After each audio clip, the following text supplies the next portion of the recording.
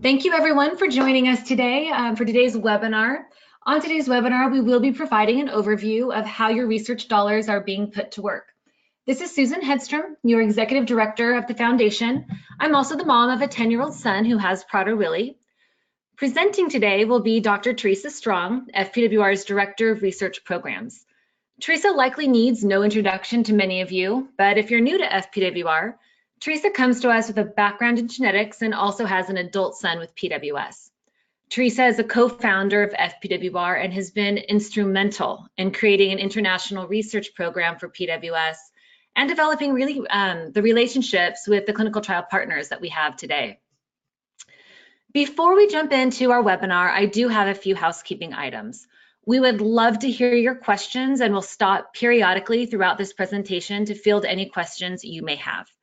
To submit a question, please use the GoToWebinar control panel that is open on your computer screen and type your questions into the question field. If you take a minute right now, you can look through your control panel, find where that questions field is. You can submit your questions there. We will do our best to field every question submitted. However, if your question is not answered, or if you think of a question after the webinar, please send us an email and we would be happy to respond to you. Emails can be sent to teresa.strong@fpwr.org or info@fpwr.org. So let's jump right into what we're all here for, which is an update on your research investments. Theresa, the floor is yours. Thank you so much, Susan. Thank you for the kind introduction, and thank you to everyone for joining us today. Really excited that you could take a little bit of time and learn about some of our new projects that we've recently funded. And I'm going to see if I can actually get this to forward. Oh, there we go. Sorry, technical difficulties. So today we're going to talk a little bit about some of the ongoing PWS research activities. I'm going to show you a few of the returns on investment, so things that are coming out of our grant program. And then I'm going to spend most of the time talking about the new grants that we funded in 2019 so far. So these are the grants that were submitted by investigators back in the spring, and now we've approved funding for them. And then I think we'll have time for questions and discussions, as Susan said, either at points throughout the presentation or at the end. So I did want to start off by reminding everyone that we are so thrilled to have so many clinical trials, either ongoing or in the planning phases, soon to start in PWS. It really is an amazing change in the landscape from, even 5 years ago. So this is a list of all of the phase 2 and the larger phase 3 clinical trials that are currently active. And I would just ask that you become informed about these and learn if one of them might be suitable for your loved one with PWS. The only way we're going to see if these new interventions are safe and effective in our kids and adults with PWS is to complete these clinical trials and get that information. So we've tried to make it pretty easy for you to gather information so that you can talk with your family, talk with your doctor about whether any of these trials may be appropriate for you. So we have a clinical trials page on the FPWR site that's listed at the top. And for each of the drugs, you can click on the drug and get more information. We have a place where you can sign up to get a clinical trial alert, which will tell you about when new trials start. We have some frequently asked questions, which includes like, what questions should I be asking my doctor? What questions should I be asking the site that's doing the study? What questions should I be asking the doctor that is, administering the drug to help you, kind of get everything together. And Susan's made this great map that shows you when new sites arise with clinical trials in your area. So hopefully most of us will be able to go to clinical trials that aren't too far away. And as I mentioned, if you click on any of the drugs that are listed, you should pull up a webinar. I think we have webinars for almost all of the clinical trials that are currently ongoing. And those webinars will take you through a lot of the details about, what's involved, what's the idea behind the drug, what is it expected to do, What are the inclusion and exclusion criteria? Like, is your child eligible for the study? So all of that you can, view from it's on our YouTube channel, and you can view from the comfort of your home and gain some more information. We also have non-drug trials and studies that are ongoing. These are things that everybody can be involved in because they're web-based, and so don't require you to travel. So if your child or adult with PWS is not eligible for some of the studies, there are additional ways that you can contribute to the ongoing research in PWS. So I'll just highlight a couple of those. One is a mindfulness-based intervention for temper outbursts in PWS. And this is a group in Australia, but they're recruiting from around the world because, again, it's all web-based intervention. And they will teach you some mindfulness and then help you teach your child with PWS mindfulness as well. There's also a really interesting intervention that's FPWR funded that is just starting, that is an acceptance and commitment training for dads, and it's specifically geared towards dads who have adolescents with PWS. We realize adolescence is a challenging time anyway, kind of doubly challenging in PWS, and helping dads have additional coping mechanisms may be really important for the general mental health of the entire family. So that's a really interesting intervention, I think, to be looking at. Another way that you can help us to understand PWS and to advance the research enterprise is through the Global PWS Registry. So I hope that all of you are members of the registry. There's a series of surveys about a lot of the different symptoms. We also use the registry for things like developing new outcome measures for clinical trials, for documenting the challenges of PWS, which is going to be important as some of these drugs move towards drug approval, and then also towards having insurance companies pay for those things. So the more information we have, the stronger our arguments are about, the need for these drugs and the need for insurance companies to support the payment of the drugs. So we encourage all of you to be part of the Global PWS Registry. If you have any questions, or if you find the registry kind of complicated to go through, we are happy to walk through with you. So please, you'll see a email address down at the bottom. Go ahead and set up an appointment, and we will get on the phone and walk you through so that you can, have a little extra incentive to get that done. I will also mention that we have a lot of information that is coming out of our recent research symposium and family conference in New Orleans. That was last month, and Susan has been putting a lot of that content. You may have seen it on Facebook. Much of it is on our YouTube channel as well. So there is just a ton of information about what your research funding is going towards.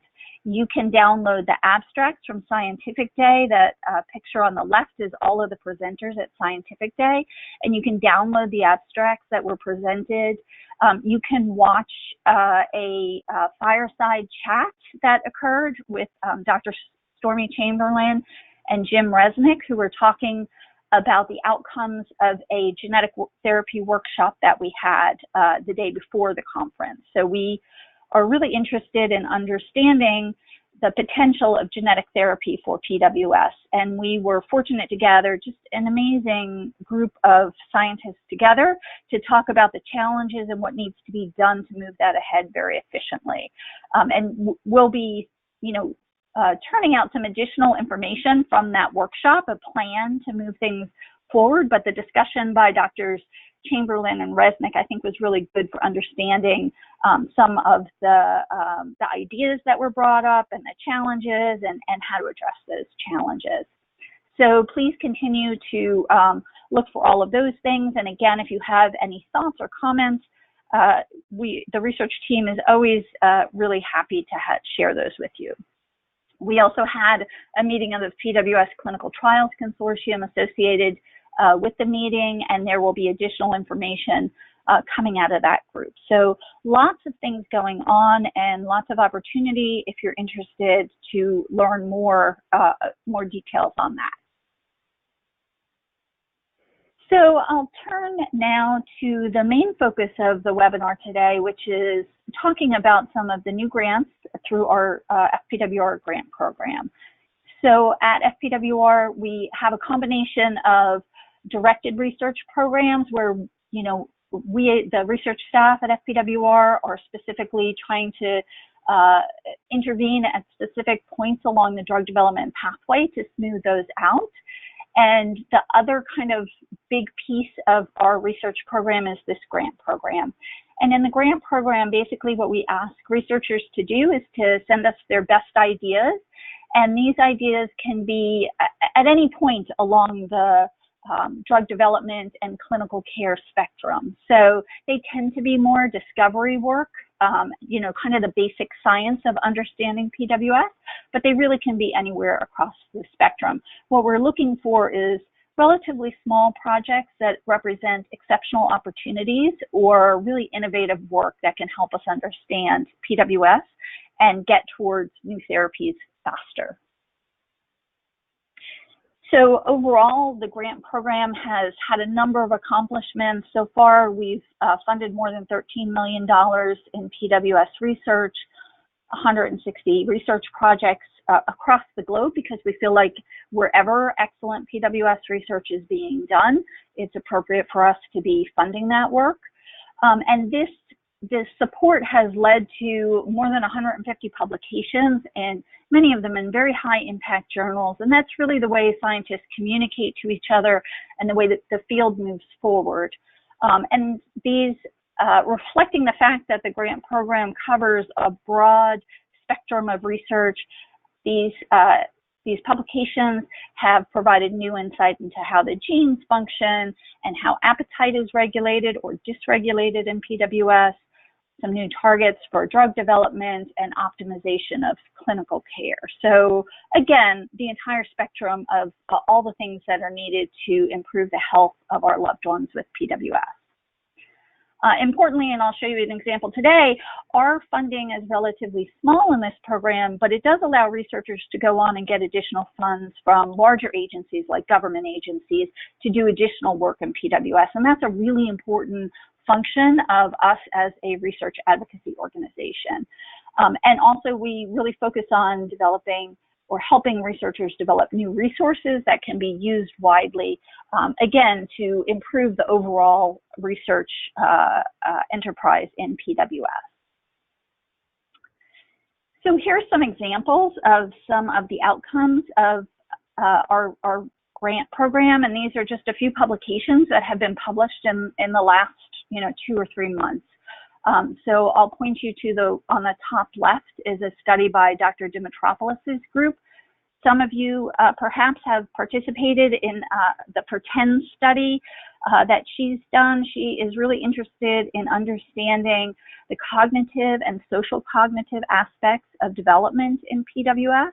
And so they've actually published a number of papers, but this is one that has just come out looking in that preschool group that she's been looking at and looking like what are the specific challenges that kids with PWS face, including like are there subtype differences between those with deletion and those with uniparental disomy. So we have a blog coming out on this paper. It really did drill down into some of the social cognitive aspects that are challenging to our kids. And importantly, Dr. Dimitropoulos is developing interventions to help kids overcome those difficulties. There's another paper on epigenetic therapy for Prader-Willi syndrome, which again is a real focus of ours and will be in the coming year.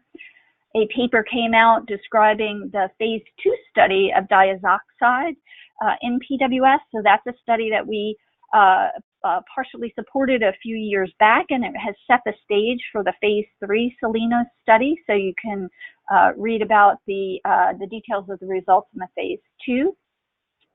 And then on the bottom right is a paper that is really describing a very basic science, but really important discoveries about how GABA neurons regulate energy expenditure in the brain. And this is important for energy balance in PWS and actually in all individuals. And that is by Dr. Nekdow, who is supported by FPWR. And I'll also mention this RO1, this NIH funding on the bottom left to Drs. Chamberlain and Carmichael. So FPWR has supported a study by Dr. Chamberlain and a different study by Dr. Carmichael. They're both at University of Connecticut. And they, based on that research and additional research that they are doing, submitted a large grant to the NIH and just recently received a 5 years of funding at about actually it's a little over $500,000 a year. So I think FPWR invested about $120,000 into each of, or combined into the projects. And so allowing them to get the data that they needed to land this, $2.5 million grant is really a fantastic return on all of our investments, and we congratulate them on that, and we're pleased to have played some role in them getting that funding. And please check our website often. We've been actually quite good lately because we have Caroline on the FPWR research staff now, and she's been updating all of our outcomes. So each of the projects, you can read about what the outcomes are from those projects. Okay, so the grants. This is a list of the new grants. I'm just going to blast right through that because we're going to go through them in small groups. And I'll start with the two at the bottom, which are two small, financially small investments in two studies that are parts of larger studies. So the first was a study in Dr. Wells' lab at Cardiff University, and Dr. Wells he studies animal models of different disorders, including PWS, and does a lot of metabolism.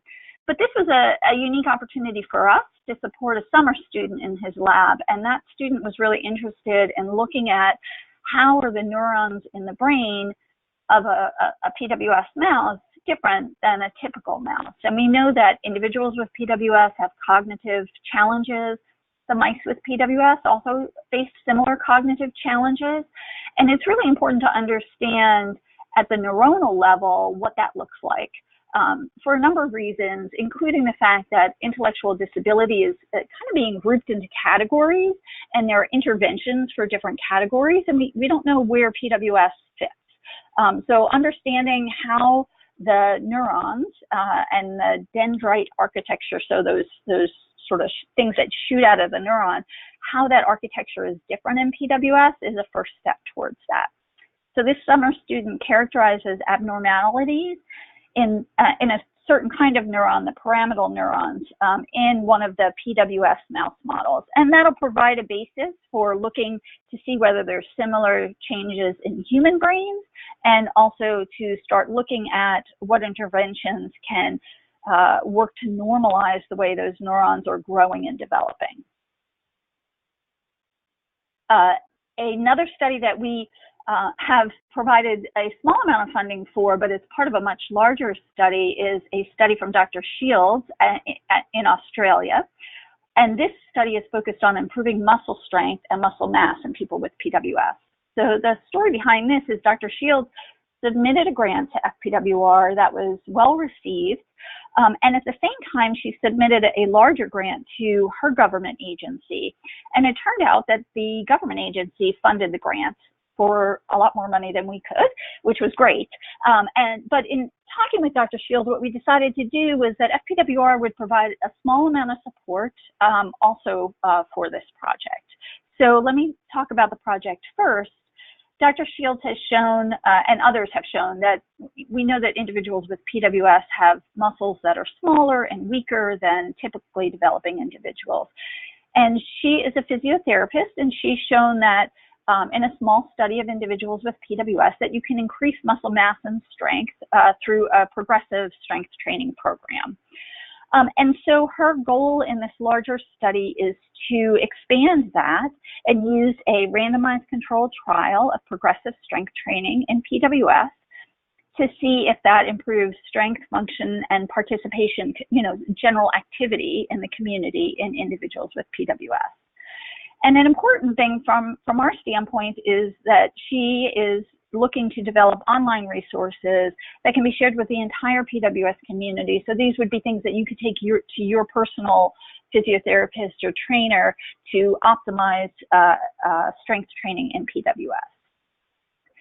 So we're excited about this study because what we decided to do, as I mentioned, is just provide a small amount of support. The Australian government is providing a large amount of funding for a large 3-year study.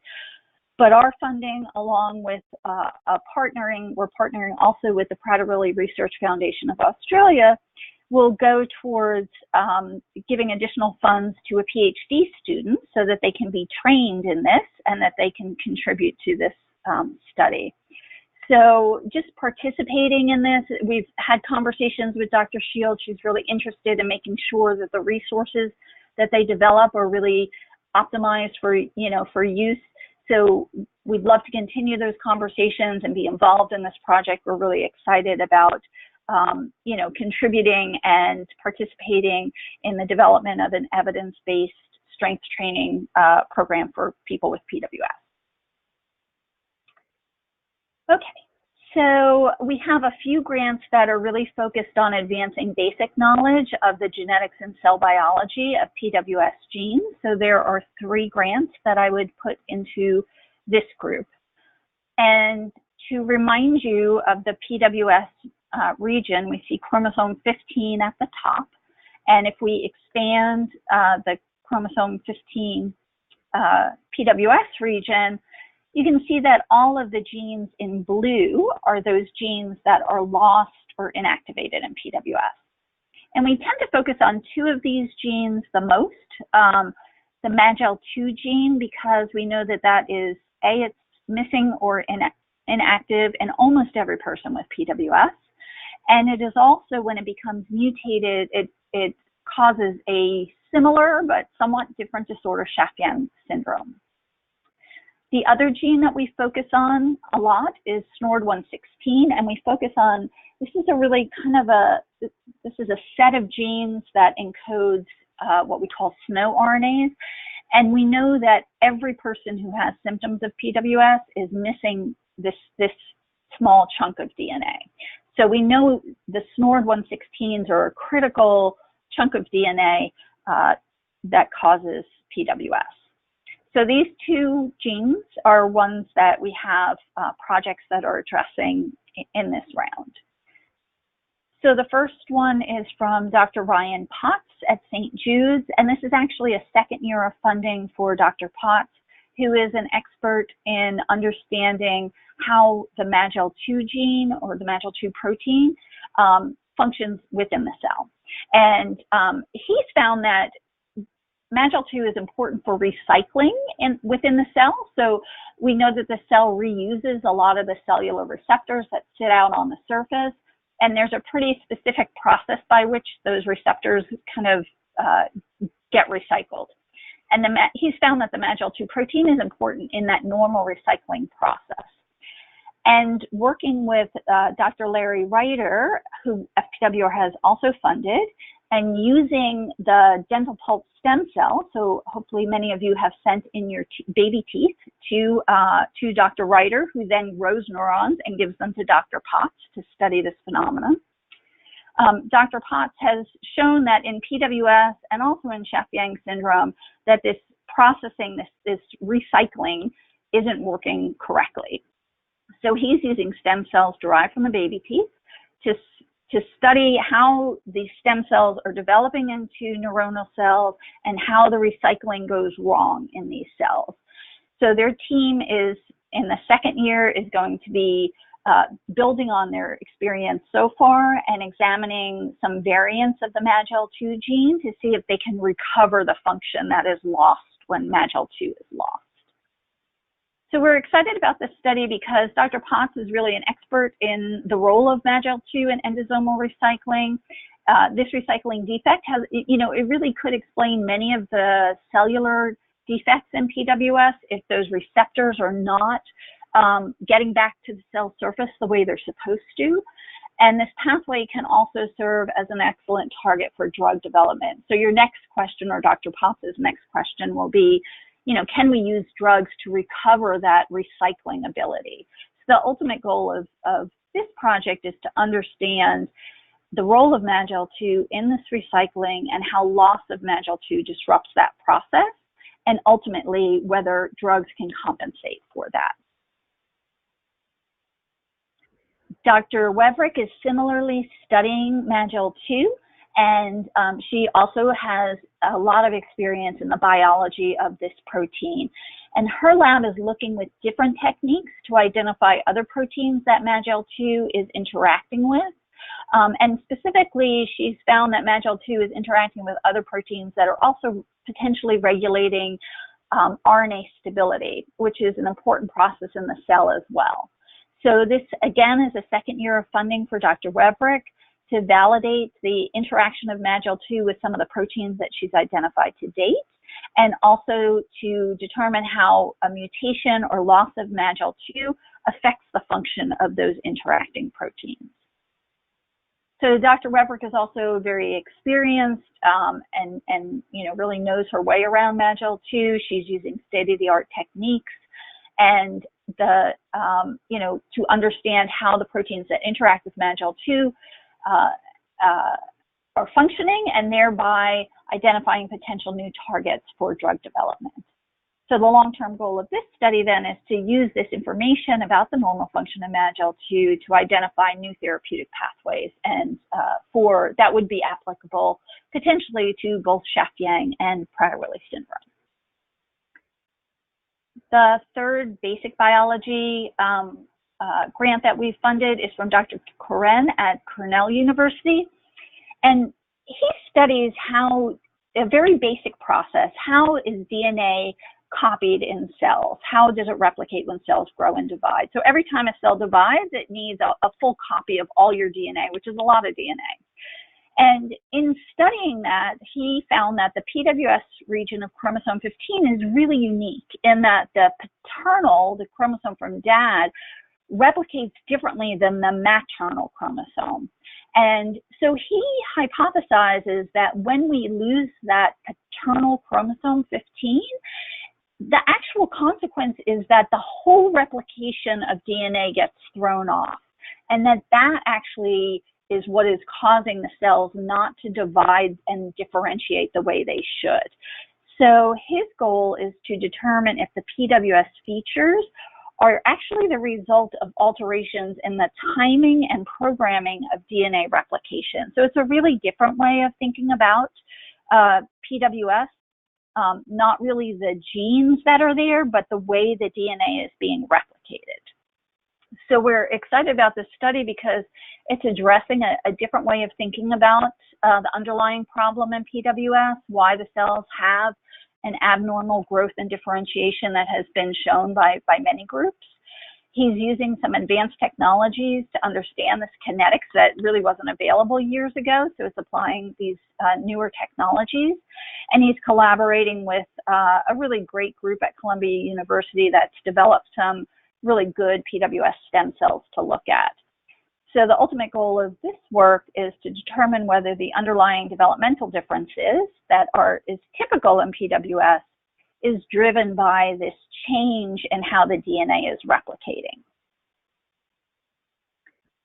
Okay, so we're moving along and looking now. We have 3 grants that are in the area of neurobiology of PWS, and I'm really excited about this because we had a couple of years ago really noted that we did not have a whole lot of kind of card-carrying neurobiologists studying PWS, which seems crazy because we know that there are clearly some circuits in the brain that are not functioning, exactly right in our kids with PWS. And we really wanted some people who their expertise is in neurobiology to be studying this. And so we've made a concerted effort over the last few years to try to boost PWS's profile in the neurobiology community. So specifically, Natalie Kayajanian on the FPWR team has been going to neurobiology meetings and talking to neurobiologists and presenting about PWS and trying to pique their interest in PWS. And I'm so pleased to say that, it seems to be working, that we have some really fantastic neurobiologists who are now studying PWS, and we're adding to that in this round of grants. So there are 3 that I'm going to mention. The first is Dr. Malcolm Lowe, who is looking at the role of MAGEL2, the MAGEL2 gene again, in the developing hypothalamus. And Dr. Lowe is really, he's kind of a giant in the field of understanding appetite and metabolism and neurobiology of appetite. He has been looking at brain development in the mouse as to understand this process better, and has found as part of that other work that MAGEL2 is expressed in these specialized neurons that are important for controlling hunger. And so he is using some new technologies that they have available in his core facilities to study how the genes are coordinately expressed in neurons. And that, he believes, will provide some new insight into the function and these appetite circuits. So the study goal here is to use some cutting-edge technology, this single-cell RNA-seq analysis, which looks at one cell at a time in the developing brain to understand how MAGEL2 expressing neural circuits develop, and what happens when MAGEL2 is missing, how that circuitry gets altered. And we're excited about this because Dr. Lowe is a highly regarded international expert. He's done groundbreaking work on understanding how the brain controls hunger and appetite. His group has a lot of experience in some of these technologies, so it'll be relatively easy for them to apply to PWS, to the PWS models. And the study is going to fill an important knowledge gap in how MAGEL2 is expressed during development, which is probably quite important for, how the hypothalamus ends up in PWS. So the long-term goal here is to identify neurocircuits that control food intake in PWS and to identify targets for drug development. A second neurobiology grant is from Dr. Adesoy at University of Iowa, and he's been looking at the role of MAGEL2 in excitatory synapse function. So he's found that MAGEL2 is expressed in oxytocin-expressing neurons, and that he believes that the MAGEL2 is probably important for the normal communication between those neurons. And those neurons are particularly important for developing social skills and also for learning. So he is thinking that when MAGEL2 is lost, this may be the basis of why our kids have problems with social skills and also cognitive disabilities. So here they're going to examine which cells in a part of the brain called the amygdala normally express MAGEL2, and how loss of MAGEL2 impacts how those neurons interact with each other, which again may impact learning and emotional regulation. So we're excited about this study because it's exploring a novel, important finding, and also has implications for some of the most challenging aspects of PWS behavior, that cognitive inflexibility, the rigidity, the aggression, and the challenges with having easy social interactions. So the long-term goal is to define the role of MAGEL2 in synaptic plasticity, which is how the neurons are growing and interacting, and particularly in oxytocin neurons and in the amygdala circuits, to understand these impairments in PWS. And finally, in our neurobiology section, Dr. Kai from the University of Arizona is looking at the role, again, of this part of the brain called the amygdala in circuitry, the circuitry of satiation, or of being full, right? So Dr. Kai studies the interaction of feeding and emotional neural circuits. So he looks specifically at those aspects of feeding that are often emotionally driven, stress eating, eating when depressed, that kind of emotional tie to eating. And he believes that one particular circuit centered in the amygdala may be altered in PWS, and so he'll be studying PWS mouse models to see what are the changes in this circuit. So he wants to determine if these neurons in the amygdala are properly responsive to the appetite suppressing signals. in PWS models. So do they receive and react to those satiety signals the way they should? So we're excited about this study because he's a young up-and-coming investigator who's working on an area that is of obvious importance in PWS. There's strong hints that there's impaired detection or response to satiety signals in PWS, and so we really need to understand what's going on if we're going to be smart about developing drugs or interventions to improve that responsiveness.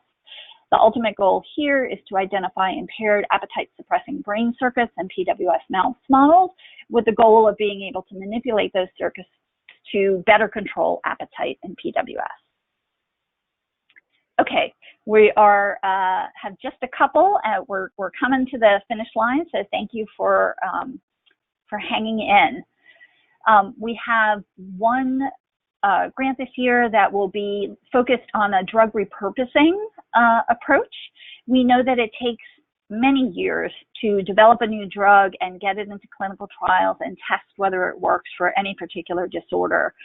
Repurposing is an alternative way to go where an FDA-approved drug or a drug that has been tested in clinical trials is used for a different purpose. And the great news about repurposing is that it tends to be much faster and much cheaper than developing a drug from scratch. So anytime we can repurpose a drug, it really offers a lot of advantages. So Dr. Schaaf is going to be looking at a repurposed drug in a mouse model of Schaaf-Yang syndrome.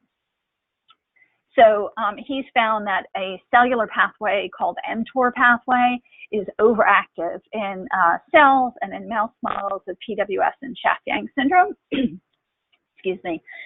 And we know that the FDA-approved drug rapamycin decreases the activity of this pathway and also normalizes some of the characteristics of Schaaf-Yang neurons in a lab dish. So in this study, Dr. Schaaf is going to treat the MAGEL2 mouse with rapamycin and measure the impact on survival, muscle strength, and activity.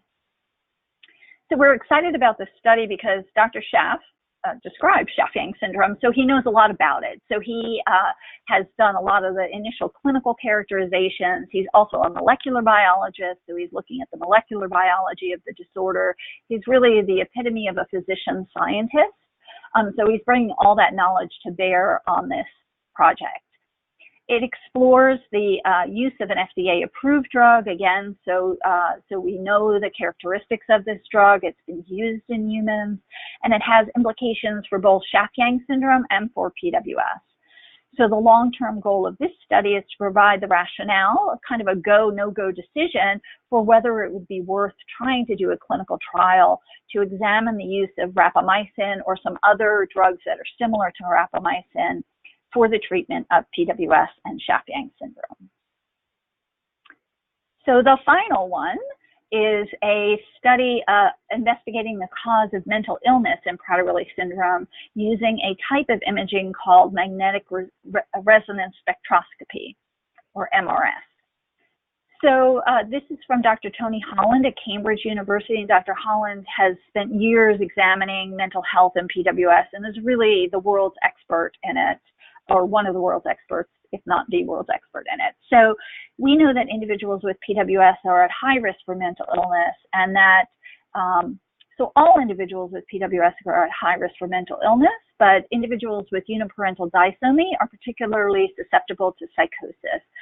And the reason for that is not completely understood, but Dr. Holland has some ideas about what may be different in the brains of individuals with PWS that makes them more susceptible. And in particular, he's interested in looking at the neurotransmitter GABA. So in this study, they'll use magnetic resonance spectroscopy, which is an imaging technique that allows you to look at biochemical differences in the brain to study GABA levels in individuals with PWS who are PWS by deletion or PWS by UPD, and compare that to typically developing individuals. So we're excited about this study because he's a highly experienced investigator with a long-term interest in improving mental health in PWS, and it applies an imaging technology that measures these biochemical changes in the brain. And in the long term, there are drugs that could potentially impact GABA levels in the brain. So by establishing whether this is an important aspect of the biochemistry of the brain in individuals with PWS, it'll set the stage for looking at interventions that may alter this biochemistry. Okay, so that was all of the grants. I thank you for hanging in through the whole thing. Just a few words about what to expect in the rest of 2019 going into 2020. It's a very exciting time. You know, we're seeing a lot of advances in our basic understanding of PWS. We do have a lot of work left to do, but I think, you know, we're getting the right people in place to be studying PWS and hopefully providing them the support that they need to move those studies ahead. We are focusing on optimization of care for individuals with PWS, emphasizing particularly enhancing development in our children and mental health in our adults and in our families in general. So how can we improve the mental health of everyone who's dealing with PWS? We expect to see the initial outcomes of the PATH natural history study. That is the registry-based study that many of you hopefully are enrolled in, which looks at the serious medical events in PWS. We have about 700 individuals enrolled in that study, and we're seeing about 15 to 20% of individuals having a serious medical event every at 6-month intervals. So that's a lot of things that are sending our kids and adults with PWS to the emergency room or hospitalizing them. And we're documenting that so we can really get a handle on what are the things that our kids are at risk for and what are the factors that influence that risk. So we'll start having that data and sharing it back to the community in, I believe, probably starting in 2020. We'll continue to use the global registry to support research and clinical trials, and also to support our interactions with the FDA, and eventually, if the companies are successful in getting a drug approved, our interactions with the payers, the insurance companies, to help make sure that they're willing to pay for these drugs. And we'll be getting, in 2020, we'll start seeing the first outcomes of these large clinical trials to see whether these new drugs are safe and effective in reducing hunger, improving behavior, and improving quality of life in PWS. So it's going to be a really exciting year next year, and we're very thrilled to be part of that. So with that, I will take questions, and you see on the screen the fantastic group of investigators who presented at our scientific symposium in New Orleans. So Susan, do we have any questions? Yes, as a matter of fact, we do. So just as a reminder, if you guys have any questions now, you're welcome to type them into your control panel under the questions field. You're also welcome to email any questions you may have after today's webinar. But we do have a couple of questions here that can go ahead and get us started. Theresa, would you mind going back to one of the very first slides where you were talking about the type? I'll give you the slide number. It was about the deletions and how everyone is missing SNORD116 and MAGEL2. It was slide 18. Oh, there it is. Yeah. Here it is. So we always are talking about type 1 versus type 2 deletions. Type 1 being the larger deletion, type 2 being somewhat smaller. Are all deletions missing these same genes going all the way from, in this blue PWS region?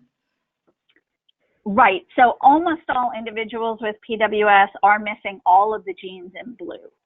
So the type 1 versus type 2, and I can't make my arrow work, but the type 1 versus type 2 are the green genes on the left, the NIPA1, NIPA2, SciFIP1, between what's breakpoint 1 and breakpoint 2. So individuals with the type 1 deletion are missing those 4 genes, and individuals with type 2 keep those 4 genes, but everybody's missing the blue genes. Great. So there are very rare individuals who have much smaller deletions, and that's why I say there's like a handful, like 4 or 5 individuals that are only missing SNORD116 and a small piece around that. And they have most of the symptoms of PWS. And that's what tells us that SNORD116 is a really critical piece of DNA. Great. The next question we have is for Dr. Corin's study. I believe that was slide 20. I've got it. All right, so Dr. Corin is hypothesizing that perhaps it's this incorrect DNA replication process that is leading to all of these symptoms of Prader-Willi. If that was the case, how would we address that? How would we fix it? Is this a drug? Is this genetic therapy? What would a potential treatment look like? So that's a great question. And I think, I mean, I could envision it potentially being a drug.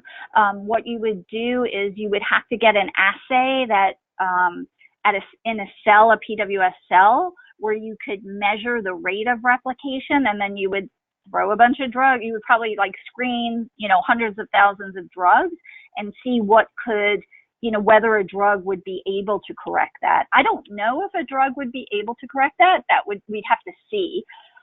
If that were not the case, we'd have to see whether using genetic therapy would work. Like if we put that chunk of DNA back in, would it correct that particular defect? So I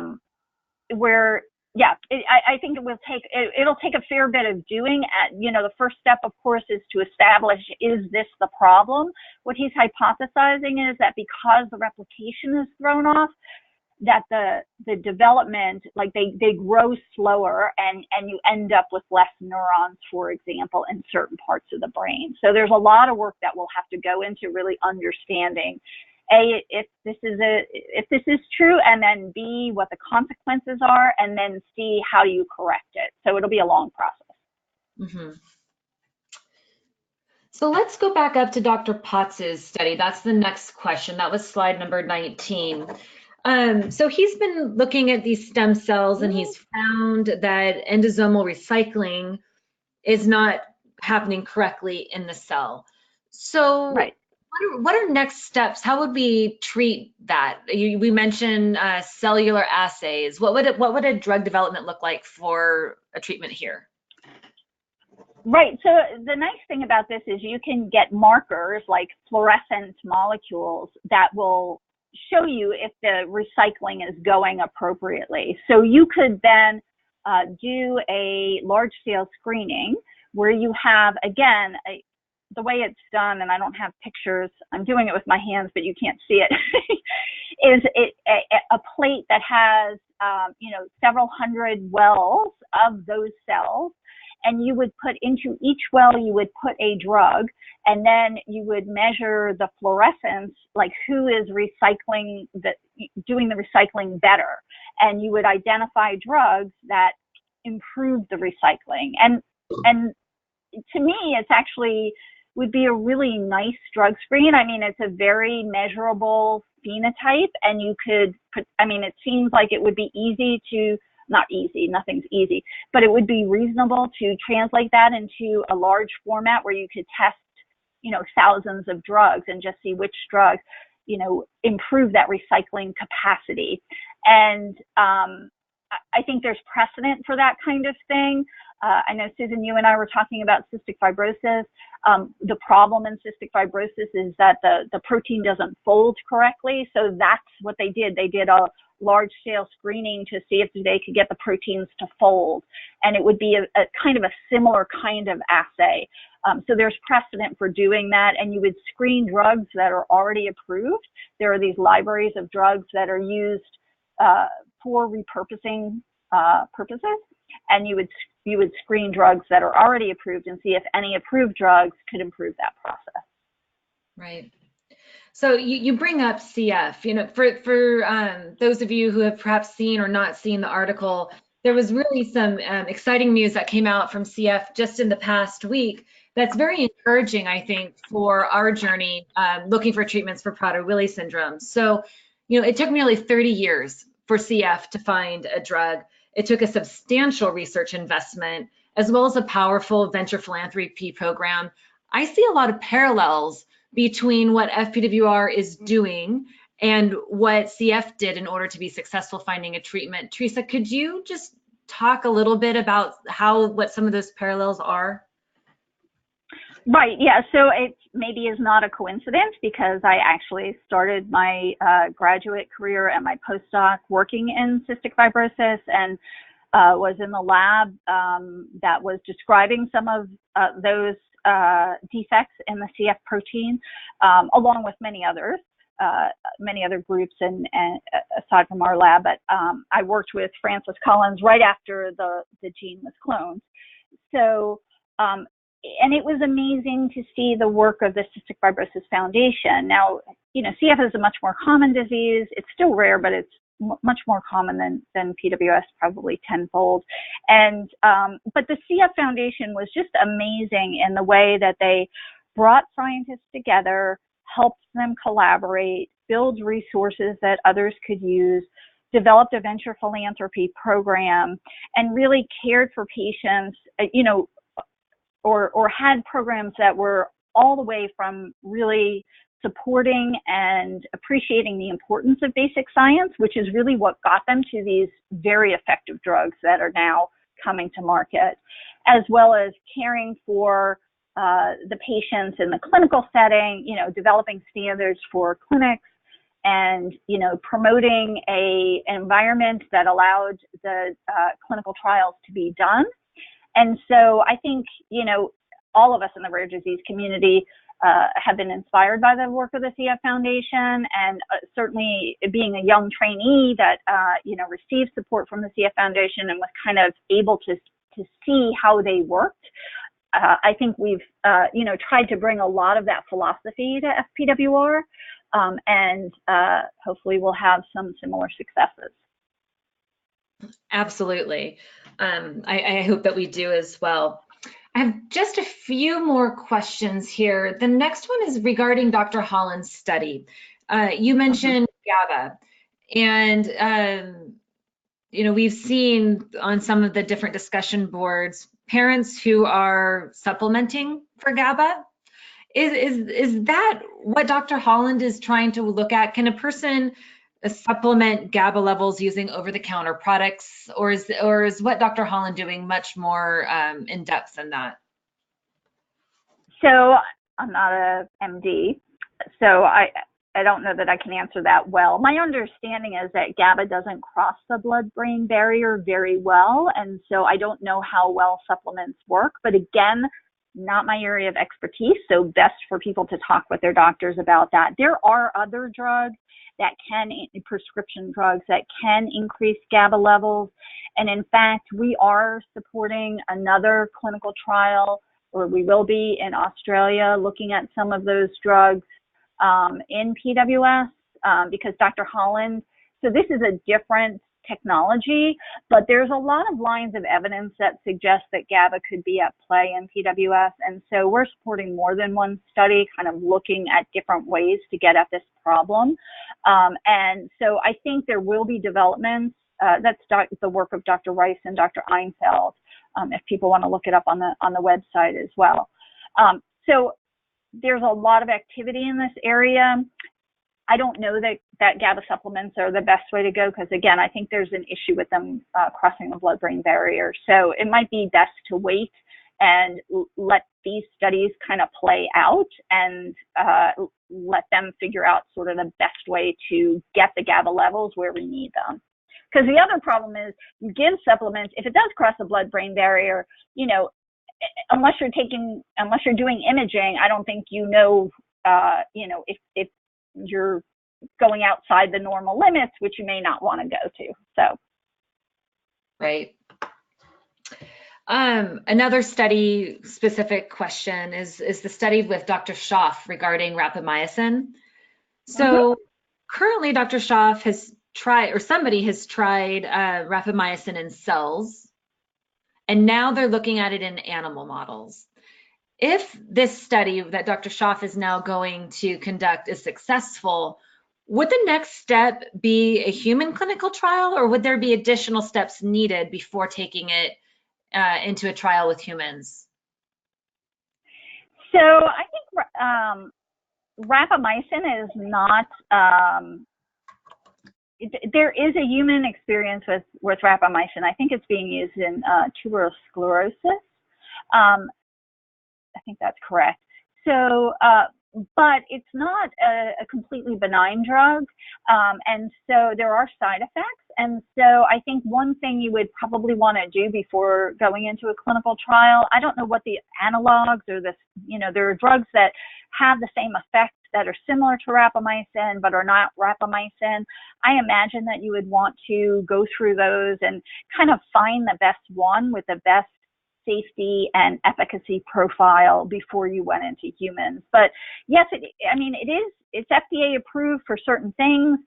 It is being used in humans, and I think it would be a matter if it had a really strong efficacy, then I think you would look at, okay, what are the risks and benefits? And, you would make that decision, or you would look at some analogs that might potentially have a better profile.